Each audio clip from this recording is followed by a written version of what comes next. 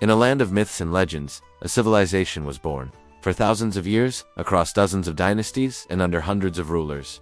Its story has been written in stone, bronze, and silk. This is the complete history of China. In 10 minutes, our journey begins in the mists of legendary China, with the sage kings Huangdi, the Yellow Emperor Yao, and Shun. It was Yu the Great who is said to have tamed the Great Floods, laying the foundation for China's first dynasty, the Xia, around 2070 BCE. Though shrouded in legend, the Xia marked the beginning of a dynastic cycle that would define Chinese history for millennia. Around 1600 BCE, the Shang dynasty rose to power along the Yellow River. This era gave us breathtaking bronze artifacts and, crucially, the earliest form of Chinese writing. Priests would carve questions onto oracle bones stored as shells, and animal scapula heat them until they cracked and interpret the patterns to divine the future. These ancient characters are the direct ancestors of the Chinese script used today. In 1046 BCE, the Zhou dynasty overthrew the Shang, claiming the mandate of heaven, the divine right to rule. This idea, that a just ruler had celestial backing while a corrupt one could be overthrown, would influence Chinese politics forever. The Zhou was China's longest-lasting dynasty, but its power eventually weakened, leading to the Spring and Autumn period and the chaotic Warring States period.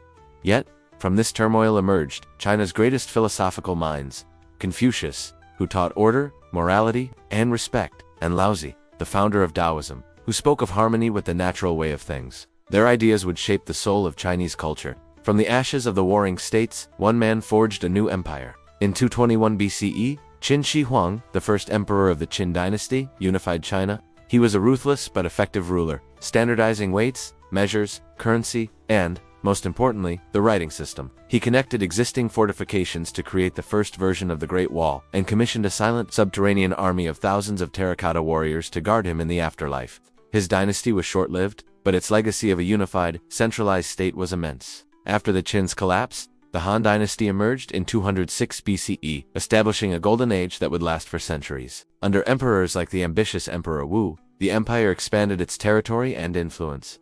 The legendary Silk Road was established, a network of trade routes connecting China to the Mediterranean world, carrying silk, spices, and ideas across continents. The Han period also saw great advancements in science, technology, and the arts, and established the complex bureaucracy that would govern China for centuries. But all dynasties must fall. The Han collapsed in 220 CE, splintering China into the legendary Three Kingdoms: Wei, led by the brilliant strategist Cao Cao; Shu, founded by the virtuous Liu Bei; and Wu, controlled by the powerful Sun family. This era of heroes, epic battles, and political intrigue has been immortalized in literature and art, most famously in the novel Romance of the Three Kingdoms. After a long period of division, China was reunified in 581 CE by the Sui dynasty. The Sui completed the monumental Grand Canal, a waterway linking the Yellow and Yangtze rivers that boosted trade and connected the north and south. Though brief, the Sui paved the way for another glorious era, the Temps dynasty. Under emperors like Taizong, the Temps became a cosmopolitan powerhouse. Its capital Chang'an, the largest city in the world. Art, poetry, and culture flourished, and China's influence spread throughout Asia. This was truly a golden age of Chinese civilization. Following the Temps, the Song dynasty took power in 960 CE. While militarily weaker than its predecessors, the Song was an era of incredible innovation and economic prosperity. This period gave the world three of China's four great inventions: gunpowder, the magnetic compass, and movable type printing. Bustling cities, a thriving merchant class, and a sophisticated civil service defined this remarkably modern-looking dynasty. But from the northern steppes, a storm was gathering. In the 13th century, the Mongol hordes, led by Genghis Khan and his successors, swept across Asia. His grandson, Kublai Khan, conquered the Song and established the Yuan dynasty in 1271, making China part of the vast Mongol Empire. For the first time, all of China was ruled by non-Han people. It was during this time that the Venetian merchant Marco Polo visited and brought tales of China's immense wealth and splendor back to an astonished Europe. Mongol rule, however, was not to last. A peasant rebellion led by Zhu Yuanzheng overthrew the Yuan, and in 1368, he established the Ming dynasty, becoming the Hongwu emperor. The Ming sought to restore traditional Chinese rule and culture. They rebuilt and expanded the Great Wall into the form we see today, and constructed the magnificent Forbidden City in Beijing, the imperial palace for centuries. The early Ming also saw the incredible voyages of Admiral Zheng He, who led a massive fleet on expeditions across the Indian Ocean, reaching as far as the coast of Africa, decades before European explorers. By the 17th century, the Ming dynasty was weakening. From Manchuria to the northeast, another group, the Manchus, broke through the Great Wall and established China's final imperial dynasty, the Qing.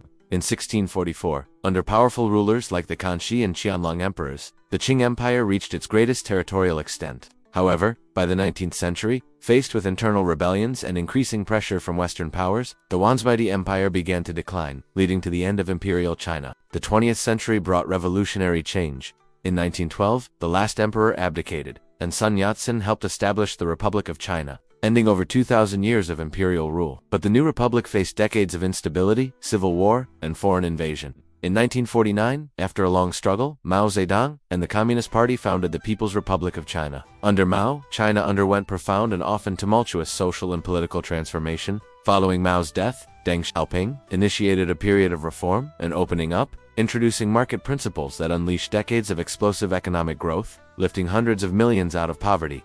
Today, under leaders like Xi Jinping, China has re-emerged as a major global power. From the legendary Shaya to the skyscrapers of Shanghai, from the oracle bones of the Shang to the frontiers of space exploration, the story of China is one of continuous reinvention, resilience, and cultural endurance. From myth to superpower, the story of China continues. Thanks for watching. Don't forget to like and subscribe for more epic histories.